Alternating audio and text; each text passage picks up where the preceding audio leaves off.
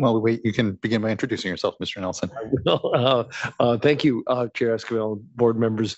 Barry Nelson, representing Golden State Salmon Association. Here we go. That's me. I think I've introduced all that. Next slide, please. Just mentioning that when I appeared before you recently, I highlighted a white paper that I worked on with Defenders Wildlife called Building Blocks that examined 18 blocks of water. Next slide, please.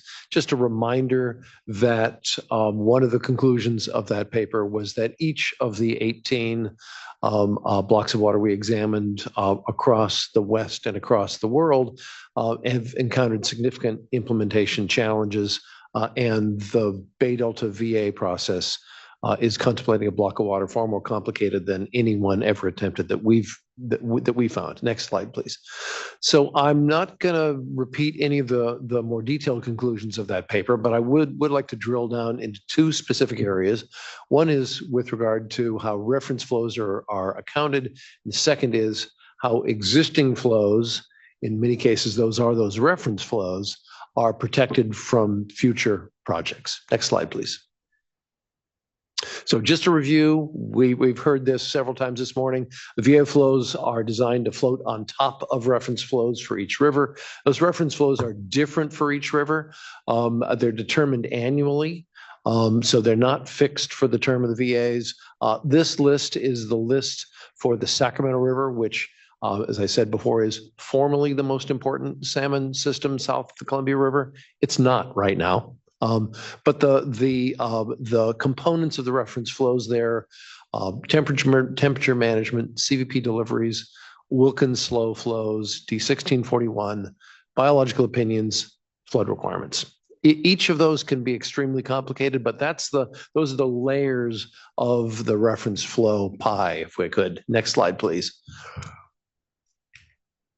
I'm a child of the 1970s, so when I picture those reference flows, I picture one of my aunt's Jello molds with layers of different color going up to that thin layer of cherry-flavored VA water on the top, which sets up the next slide.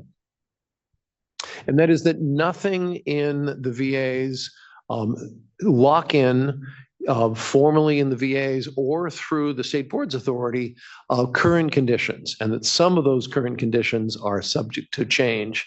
Those reference flows could change significantly. That would significantly potentially change downstream flows and the anticipated benefits of the VAs. Next slide, please. So what could change? Demands could change. Sigma's a good example of that. There could be changes in storage or conveyance, reductions in ESA or CISA requirements, changes that move operations from the January to June period, the July to December period. Anything that moved operations across that boundary would change reference flows. TUCPs, obviously, change reference flows. The difference between forecast and actual flood releases is a potential challenge here. And then, of course, we may in the future see climate-driven anomalous hydrology. That means we'll be facing conditions we've never seen in the past and can't look at past operations as a guideline. All of these have huge implications. Next slide. For reference flows. They could all reduce those reference flows that the VAs float on top of. Even as a child, I knew that I couldn't argue to my aunt that I could go into her kitchen and scoop out the blue and the yellow and the green jello layers without touching that red layer on top and argue that I hadn't affected her jello mold. Well, that sensibility I knew as a child does not apply to the voluntary agreements, and it's not just implicit. In at least one place in the VA package, it's stated explicitly, for the Tuolumne River Voluntary Agreement, it states clearly, this reference flow will not be protected during implementation of the Tuolumne VA. That's a flashing light. So what does that mean? Next slide, please. It's important to step back and recognize the Water Board is already considering proposals for large new diversions in storage. Sigma implementation is extremely likely it already has resulted in proposals for more diversions from the Bay Delta watershed. I think most folks in this room know that ESA requirements that are being finalized as we speak Those ESA requirements may change over the next 4 years. These and other factors could dramatically reduce the anticipated benefits of the voluntary agreement approach based solely on impacts on reference flows. Next slide, please. So I'd like to turn to the second question that I raised, and that is, how would the VA and unimpaired flow approaches protect water from future diversions? That's essential for evaluating future proposals for new diversions, some of which are already before you. And the Bay Delta Plan should provide a yardstick. The Bay Delta Plan is designed to protect beneficial uses in the watershed. That plan should provide you with a yardstick for evaluating new proposals that come before you. Next slide, please. So I'm just very briefly going to run through a couple of simple examples. On my last presentation, I talked about curtailments from the perspective of a theoretical river. I'm going to try your patience. This is a very simplistic theoretical hydrograph for that same theoretical river in the Central Valley. So how does the unimpaired flow approach work with regard to protecting existing flows? This blue line is natural unimpaired flows. Next slide. That black line is existing current flows reflecting existing storage and diversion patterns, where big chunks of winter and spring flows are captured by existing operations with some significant releases during the winter. Next slide, please. Now, all of those existing flows aren't protected. Those existing flows that are protected are things like ESA and CSA and D1641 required flows. But if you're an out-migrating juvenile salmon, you want to out-migrate during that big black peak. That black peak of existing flows is not protected by D1641 or ESA or CSA or any other requirement. Next slide, please. So what the unimpaired flow approach does is to require a minimum percent of unimpaired flow to remain in the river, and that'll require, as shown in the orange shaded areas, at some times a year, additional releases will be required. At other times of year, as in the case of that black peak, no additional release would be required because existing flows would exceed that unimpaired flow requirement. Next slide, please. So this is the water that the unimpaired flow approach would protect. Of course, the CSA D1641 water is already protected.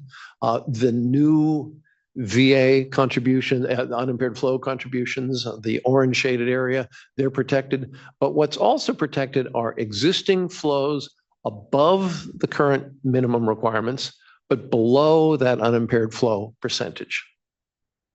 Now, this approach doesn't mean that water users can't attempt to build projects to capture water when it's truly excess. Next slide, please. So the red shaded area shows where existing flows are above that unimpaired flow minimum. Now, water users could come to you and say, I'd like to build a project and capture some of that water.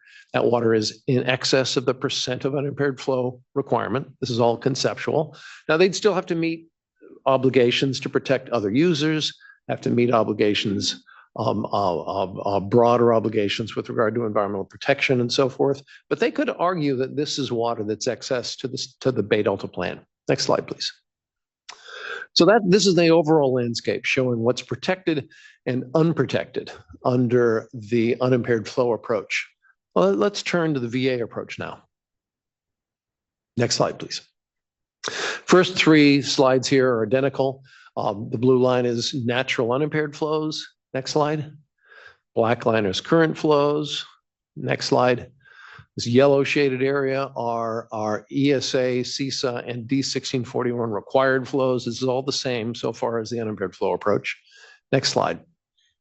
The VA approach claims to add new water on top of existing flows.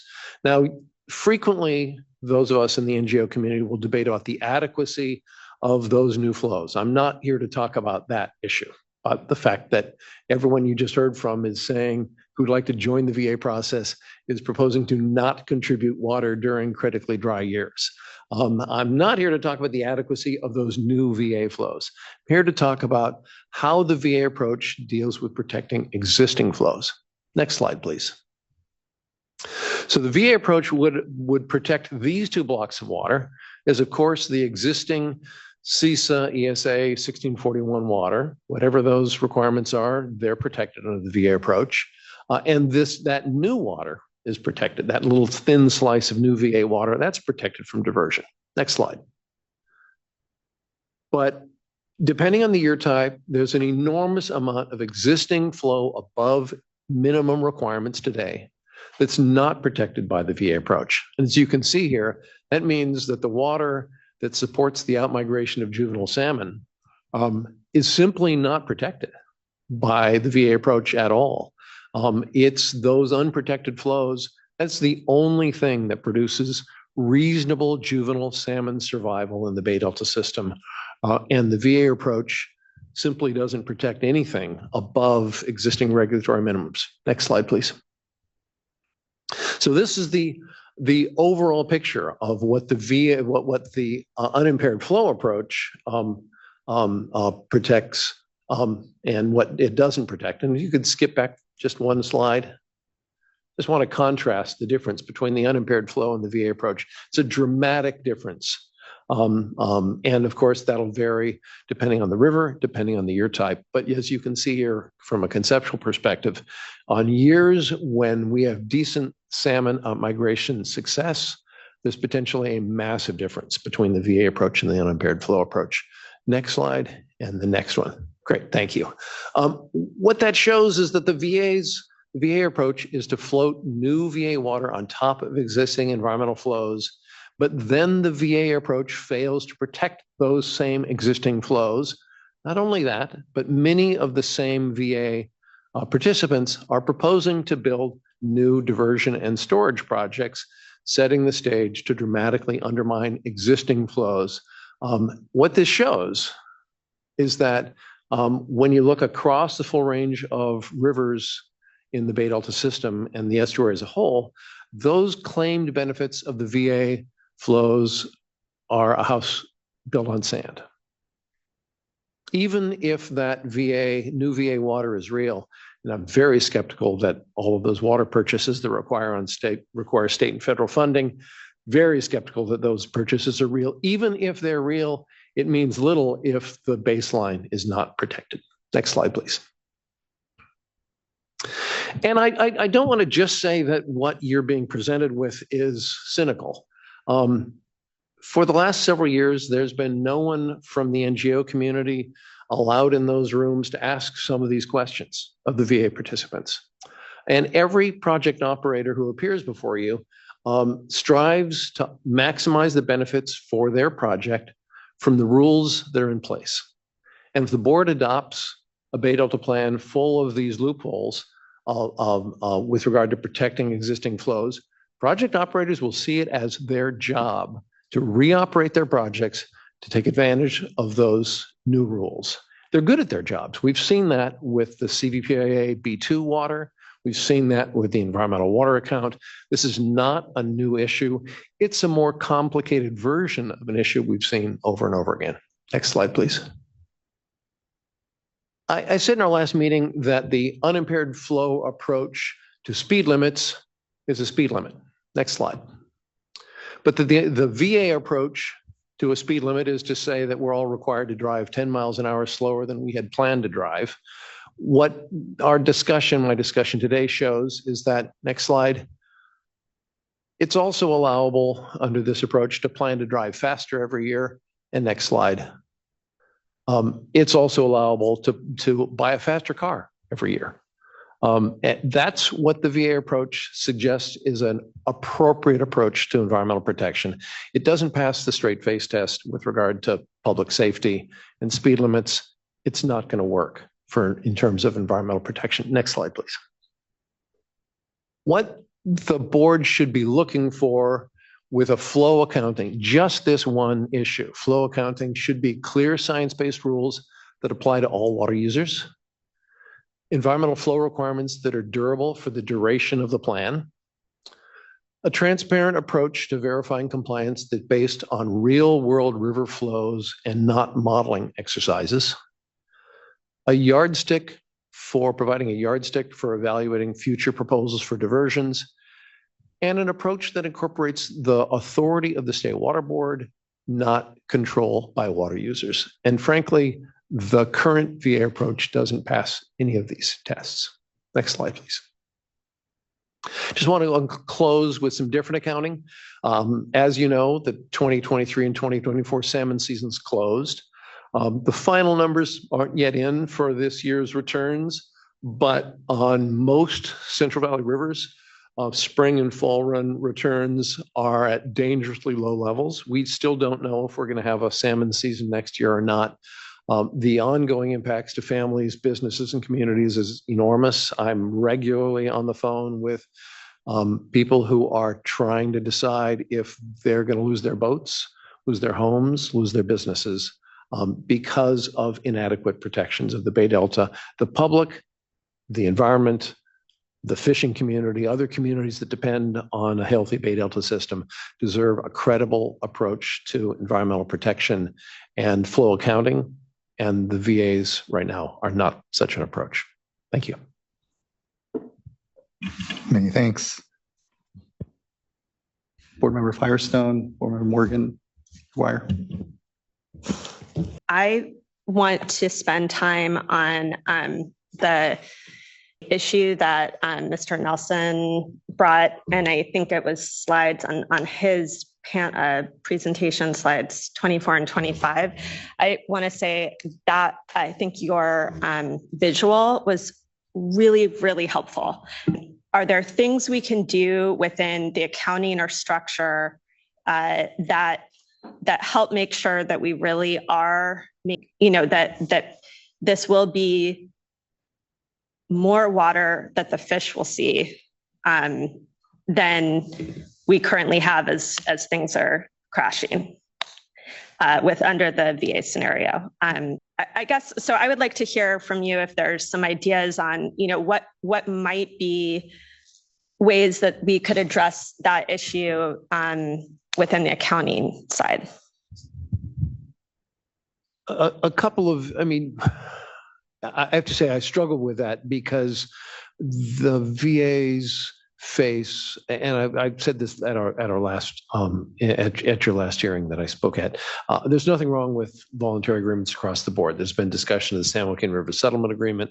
I was at an NRDC where we negotiated that. Most of the NGOs at this table and our other peers have participated in voluntary agreements. This is by more than an order of magnitude more complex than any voluntary agreement anyone in this room has ever attempted. So there are enormous challenges, and I have to say we struggle with to what extent we should engage in trying to improve the mechanisms in this room when the in the VA process, when our community was frozen out of the room, when the deal about new water was struck. I really struggle with how much time we're going to spend doing that. That said, you face some real challenges to try to make this work, just from an overall perspective. First is, and we discovered this painfully on the San Joaquin River settlement discussions, where we work with the folks at Friant, and we learned over time that they understand. We learned this with the CVPIA, we learned this with the environmental water account. The project operators are really capable. They understand the operations of their project far better than I do, far better, I suspect, than your staff does. The idea that the board is going to be able to aggressively monitor the development of these reference flows on all of the VA parties today, not to mention the folks who would like to become new VA parties. I'm very skeptical that the board will have the staff resources to actually scrutinize and reject plans that are not adequate and make sure they get done properly, and to do it fast enough to protect the environment in a real world way. I'm very skeptical of that. But that's one of those challenges. It probably means staffing up substantially in order to monitor every single one of these operating plans on every single one of these rivers. Another challenge, the board could decide to try to lock in existing flows, but existing reference flows. But what that would mean is that the board would have to adopt a backstop for all of those other requirements. For example, if CISA requirements changed, if ESA requirements changed, if new storage, conveyance, demands come online, the board would have to have some sort of a mechanism to make sure that those reference flows don't change. I'm not sure how you'd go about doing that. Each of these rivers is different. The plumbing is different. The demands are different. The environmental conditions are different. But trying to do battle on each one of those to make sure that those reference flows are first remain intact and that don't slowly erode over time. And second, that they're appropriately and accurately accounted for. Man, those are really difficult challenges. Is there a way that, is there a way, maybe this is what alternative 6A is. So I'm trying not to have that whole discussion, but is there a way to have like a no backsliding provision or something that would right. I mean, yes, but that's an unimpaired flow approach that is based on actual flows in the river, as opposed to a layer of assumptions about underlying operations that are each one of them based on modeling. The VA approach gives the impression that each one of those slices of operational requirements are hardwired. That, you've got your flood requirements and you've got your deliveries and you've got your storage and demand and temperature and protection and so forth. And that each one of those is hardwired in a way that means that the projects are almost on autopilot. And you can just add these additional VA flows to that. But you heard from Molly White earlier today that in some certain times a year, the projects meet every day to discuss operations, because the operations of these projects are really complex. So in order to make sure that new water is on top of that, the water board is going to have to be tracking that process every single day to make sure that that VA water is appropriately accounted for in those daily operations discussions. That's a really difficult task. Thanks. And I guess I wanted to see if staff have any thoughts on this, but if you don't, it's fine. Okay, you don't have to. I guess we can say we concur that it's very complex and it's something we need to think more about. And I think what the plan language is trying to lay out is that we need to document these assumptions better and have a public display. And we heard from DWR today that they are working on that. I think we need to get to that more finite level of detail to really explain what are those assumptions and can we nail them down more specifically, and where we can't, how can we be as transparent as possible and, show to the public that this is defined and the VA water is on top of this water and those kinds of things. So I think that's the further work that we have to do in working with the VA parties, is to get to that next step. And, DWR is starting on those efforts.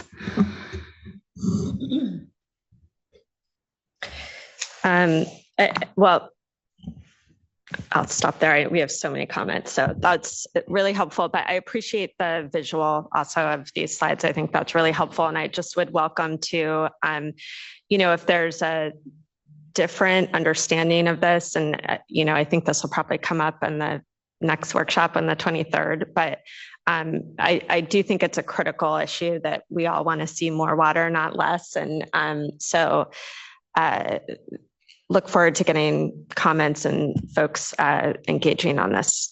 Thanks. Thank you, Board Member McGuire. I hope the comment period extension is a small relief valve for you. I know it's not it is what it is.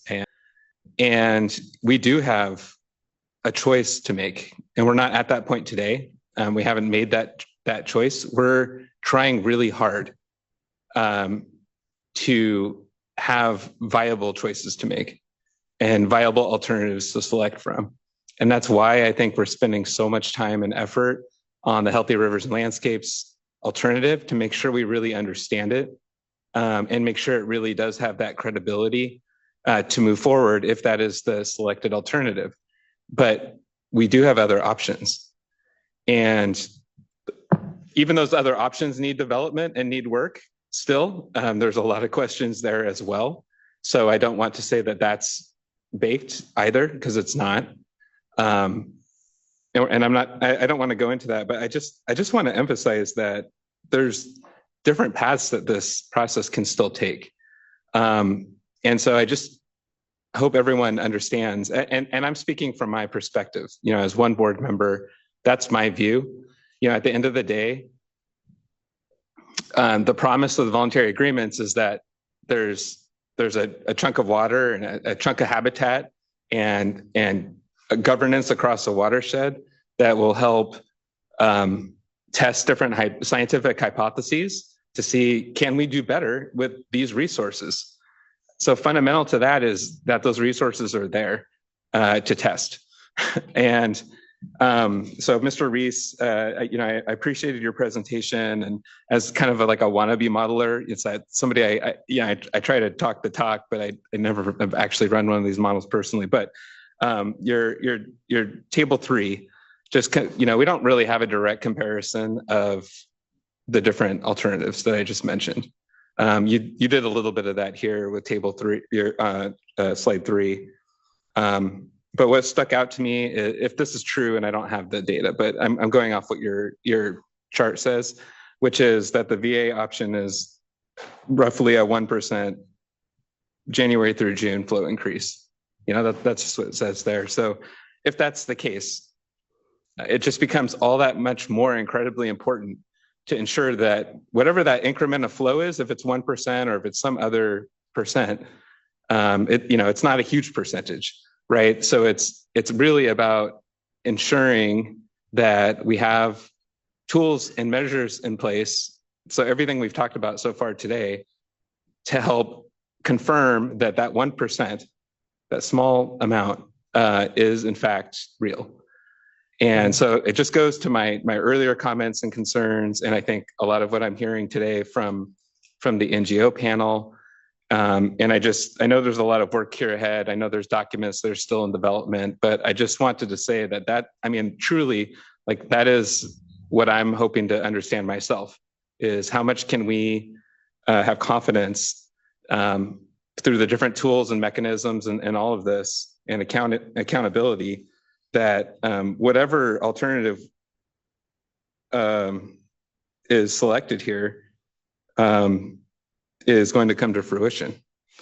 And so I just wanted to share some thoughts on that. I know it's not directly the item, but that's really what has been something I've been thinking about quite a bit today and in the recent years, and just wanted to share a little bit. But thank you for being here. Yeah, and I just want to clarify that 1% is a 1 percentage point. So if you, and this is easy to get wrong, so I want to make it clear. If you look at the percent of unimpaired of each of those alternatives, the VA is 1% more, 1% higher than the baseline in terms of percent of unimpaired flow. So it's not that there's 1% more water, it's the change from the baseline in percent of unimpaired. And if I could add a thought to that, I've tended to focus on critical years, both because we've gone through some critical years recently, which have been absolutely catastrophic for the environment and for our industry. And also because it's one of the places where the problems in the VAs are most obvious, because on many Central Valley rivers, and including the 4 streams you heard from today, the 4 potential VA participants you heard from today, there'd be no new unimpaired, 0 improvements in unimpaired flows. But beyond that, when you look at all of the VA assets, no new unimpaired flows. Sorry, there'd be no unimpaired flow requirement. There'd be no VA contribution on many of those streams in critical years.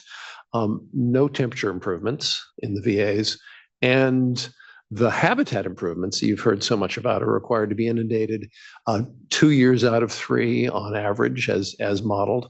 Well, the years in which they're not going to be inundated, those are going to be the critically dry years overwhelmingly. So that means no water, no habitat, no temperature improvements in those critical years.